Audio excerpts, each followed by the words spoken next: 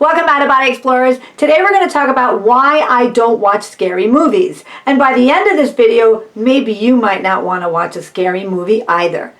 The reason why I don't watch scary movies is because I want to keep myself in a high vibration. And watching scary movies puts you in a low vibration. It is part of the black box mind control that they have been putting us under. You know, this black box, New York City.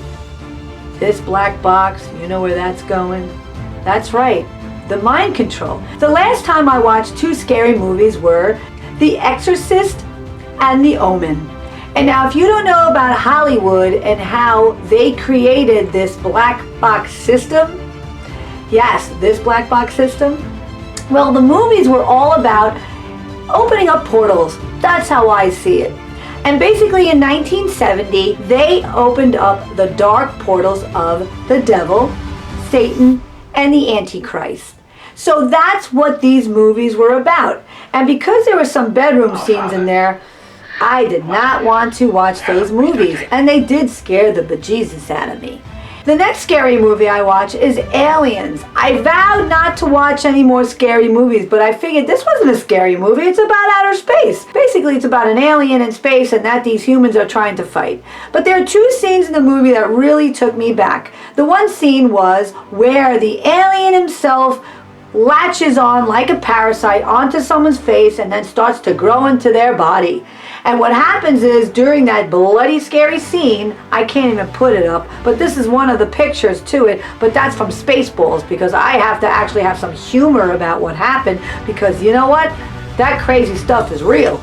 And I knew that in myself because I was like, I don't like this. This is not making me feel good. And part of the movie that I think is phenomenal is when Sigourney Weaver goes to rescue the child that's in the movie. She gets on this space robot unit and goes after that crazy looking alien with the long head. Yeah, that xenomorph, that's what he's called. So we're going to call my friend the xenomorph, we're going to call him Ted. So Ted and Sigourney Weaver start going at it, and I love that scene because boy, what a powerful woman, what a powerful scene for leadership in that female body of hers.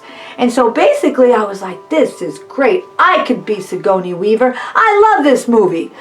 Get away from her, you bitch! So by the end, I come home and next thing you know, I'm throwing up all over the place and I'm like, ooh, did that alien jump into my body? Did I let it get into my body? Did I release it? I was like, there was some wacky attachment that got on me, but I released it. I was like, no, I don't believe in that. But to throw up, till this day had me questioning everything, but I really know why. Entities, that black box that we called TV, black box of mind control. So that was 1979. Now let's go forward in time. So let's get to April 2020. Lockdown? That's right. So I'm hanging out at my sister's house. I sleep over there for a couple of nights. And then one night I went to sleep really fast, so I thought. But now I'm having an out of body because all of a sudden I'm sleeping, I open up my eyes and I look up and I'm like, I think there's a portal system on top of me. Wow. I see the star system and it's like in a circle. So I'm like, oh, there's a portal hole. I say to myself, I wonder how far that portal hole is. And I reach.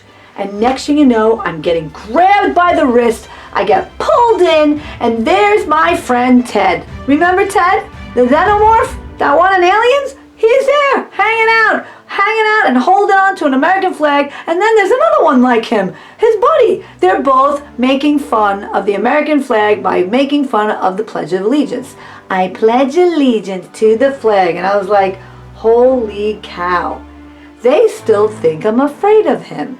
I'm not that 10-year-old anymore. So I look at him, I go, first of all, I'm like, no, I'm not afraid of you anymore. And then I go, and I don't like what you're doing, making fun of the American flag. So I smack him and I say I'm out. And I get back into my body and I look around and I'm like, oh my God, this is not my room. Where am I? And I usually would have a mini heart attack, but I'm so good at this now. But on this last note, 2 weeks after I saw Ted in my out of body, I was driving on the highway And all of a sudden, and this is what happens to a lot of intuitives, a picture will come in front of you. And the picture of Ted walks right in front of me, and I'm like, oh, hey, Ted. And then I started laughing because I'm like, oh, wow, I wonder if Ted, that xenomorph, is coming here to say he's sorry. So now I'm like, oh, okay, I'll give him a Ho'oponopono.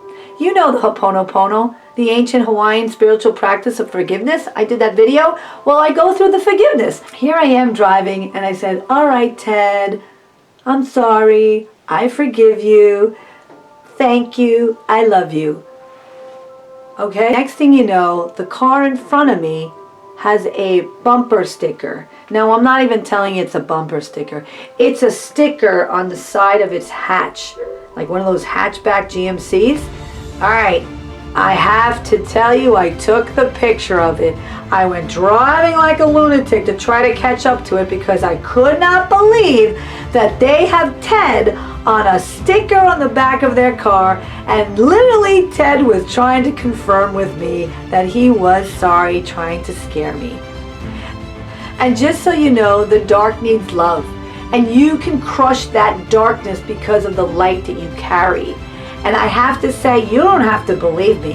All I'm telling you is to keep yourself in protective mode, to keep asking for God's light and love, to keep asking for no entities to attach onto you. If you want to watch any of those scary movies, keep watching them. Make sure you have the bubble of God's light protecting you at all times. No more attachments. That's what you want for our future. Hope I helped you on this. Press like and subscribe, and I will see you in the next video.